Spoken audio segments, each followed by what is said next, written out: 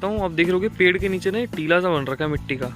ये एक्चुअली है क्या, जब पेड़ बड़ा होता है ना, जब पौधा जब बड़ा होता है तो उसकी जो ये दोनों ब्रांचेज है ना, इतने हैवी हो जाते हैं ऊपर की वजह से कि उसको नीचे से सपोर्ट चाहिए होता है।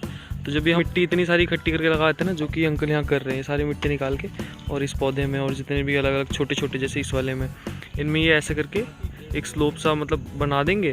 और इससे होता क्या है कि जो पेड़ के जो ब्रांचेज होते हैं ना, ये वाले जो मेन होते हैं, इसको सपोर्ट मिलता है ताकि जितने भी इसके रूट है ना वो अंदर अच्छी तरीके से फैल पाए और ये गिरे ना। तो यहाँ पे गांव में जितने भी पेड़ देखोगे ना, उसके नीचे ऐसे ऐसे टीले से बने होते हैं। ये वाला पेड़ मेरी मम्मी ने लगाया था और आज इसको 13 साल हो गए और देख लो अभी भी इतना घना नहीं हुआ। जब ये घना होगा तो पूरा का पूरा घेर लेगा ऊपर से। और यहाँ पे अपना ऑर्गेनिक फार्म भी हो रखा है। हमारे बगीचे के सामने अगर आप देखेंगे ना, 50 साल पुराने लगाए हुए सारे आम के पेड़ है, कुली सारे आम के पेड़ है। हाँ, और अगर इस तरफ जाके देखूँ ना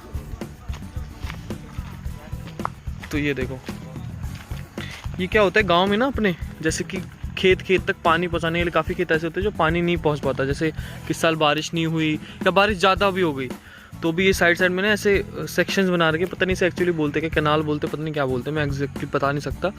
लेकिन इसमें क्या होता है, जैसे पानी की कमी हो गई तो पानी ना एक जगह से छोड़ा जाता है और सारे गाँव में ऐसे ऐसे करके बना रखे, हर मतलब 400 मीटर पे ऐसे ऐसे कैनाल्स बना रखे ताकि पानी ना इससे ज़मीन के अंदर एब्जॉर्ब हो जाए और जितने भी पेड़ वगैरह है वो आराम से अपना उग सके किसी साल अगर बारिश वगैरह ना हुई। और अगर एक्सेस बारिश हो जाती है तो ये ड्रेन का काम करता है, यहाँ से पानी जितना भी होगा इसके अंदर जाएगा और जितने गांव हैं उन सब में, ताकि पानी इक्वल रहे, फ्लड वगैरह के ज़्यादा प्रॉब्लम ना हो। तो बहुत सही है यहाँ का ना। दिल्ली में आप मतलब वंडर नहीं करते कभी कि यार ये चीज़ कैसे वो नहीं होगी, लेकिन जैसे गांव में आया हूँ मैंने भी आज से पहले वंडर नहीं करी थी। मैंने भी देखा अच्छा ये गार्लिक क्लोव ऐसे होता है, अच्छा ये ऐसे उगता है।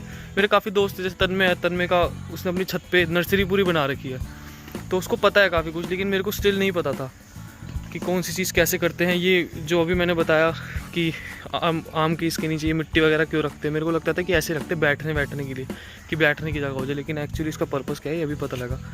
तो ये यार हम काफ़ी बार चीज़ों को ध्यान से देखते नहीं, यार देख के अवॉइड कर देते हैं, मतलब जानना नहीं चाहते, लेकिन जब जानने पे आते तो मतलब इतनी चीज़ें पता लगती है कि अच्छा इसका ये रीज़न है, इसका ये रीज़न है।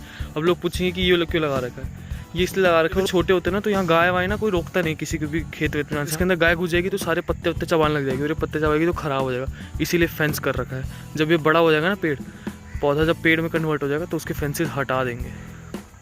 और जो मिट्टी की ज़रूरत है ना, ऐसा नहीं कि बड़े होने में मिट्टी की ज़रूरत नहीं, देखो इनके ऊपर भी मिट्टियाँ रखी हुई हैं क्योंकि इन्हें अभी भी जरूरत हो रही है। देखो कितना पुराना पेड़ है, पता है कब से पेड़ है, शायद जब से मैं पैदा हुआ ना तब से 20 साल से, मेरे ख्याल से 20 साल से तो बहुत ही कम बोल दिया मैंने, उससे भी पुराना पेड़। इसके ऊपर पहले अभी तो पतझड़ का मौसम है तो पत्ते वगैरह कम है, इतना डेंस हो जाता है ना, इसके ऊपर 3-4 मधुमक्खी के छत्ते होते हैं। और आज भी मेरे को एक इंसिडेंट याद है, उस मधुमक्खी के छत्ते में मैंने एक ईंट वीट मारी थी, अकेला था, मेरे साथ कोई भी नहीं था, तब मैं गाँव आ रखा था और बच्चों ने बहुत खुरपाती मतलब तो कि बहुत ज़्यादा हरकतें करने वाला, तो मैंने एक पत्थर उठाया और उसे मार दिया।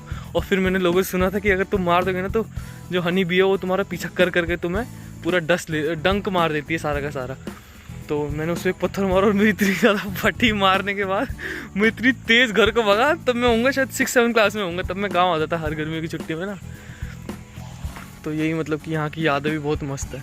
अब तो गांव काफ़ी ज़्यादा डेवलप हो गए, पहले तो कुछ नहीं था, अब तो देखो घर वर कितने प्रॉपर बन गए हैं।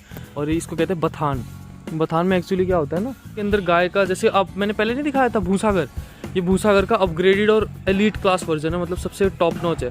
गाय को यहाँ पे रखा जाता है, रात को अगर उसको सर्दी लगती है तो उसके बच्चे को 2-3 गाय यहाँ पे इकट्ठे आ सकते हैं। रूम्स देख रहे हो, इन रूम्स में इनका भूसा पूरा का पूरा भूसा रखा रहता है दोनों रूम्स में, ताकि कभी भी खाने वगैरह की कमी ना हो।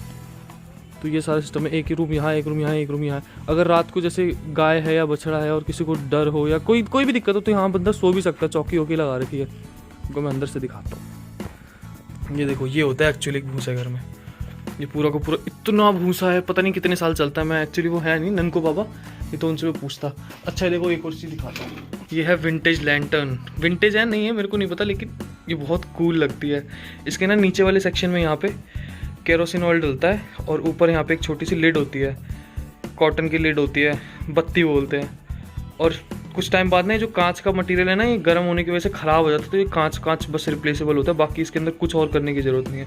नीचे से वो बत्ती डालो, वो केरोसिन ऑयल डालो, शीशा ख़राब हो गया तो शीशा चेंज करो, और बाकी सब चीज़ें ऐसी रहती हैं। तो बहुत सालों तक चलता है। और इसको लटकाने के लिए, जो कि मैंने गोलू भैया के घर में दिखाया भी था, एक खूंटी दे रखी है, खूंटी बोलते हैं इसे, इसे से लटका दो और ये रात को बहुत ज़्यादा लाइट देती है।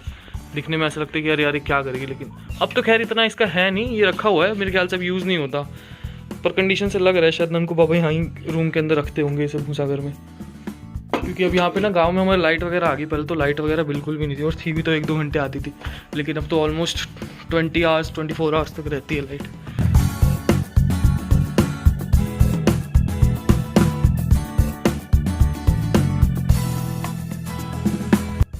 आज हम हमारे बगीचे में आम का नया पेड़ लगाने वाले हैं। ये देखो, ये चाचा कल पौधे लेके आए सारे, ये 3-3 साल पुराने हैं, मतलब 3 साल हो चुके हैं इनको, इसीलिए इतने बड़े हैं। ये मेरे को उठा के लेके जाना है।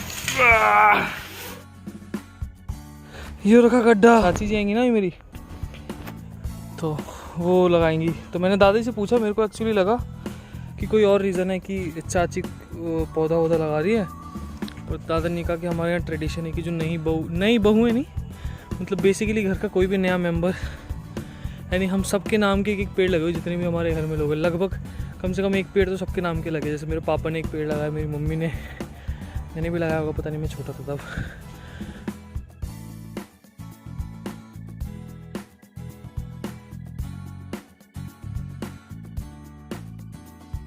ये देखो भाई, इसका नाम रखा मैंने Bagheera. Bagheera loves to play with मी।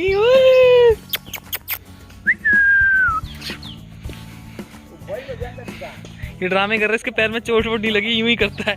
एक दिन मैंने देखा फिर चारों टांगों से भाग रहा था, धुड़ धुड़ धुड़ धुड़ करके। ये देखो भाई, ये नींबू का पेड़ है, ये मैं अपने हाथों से लगा रहा हूँ। हटो चाची, हट जाओ मेरे रास्ते से।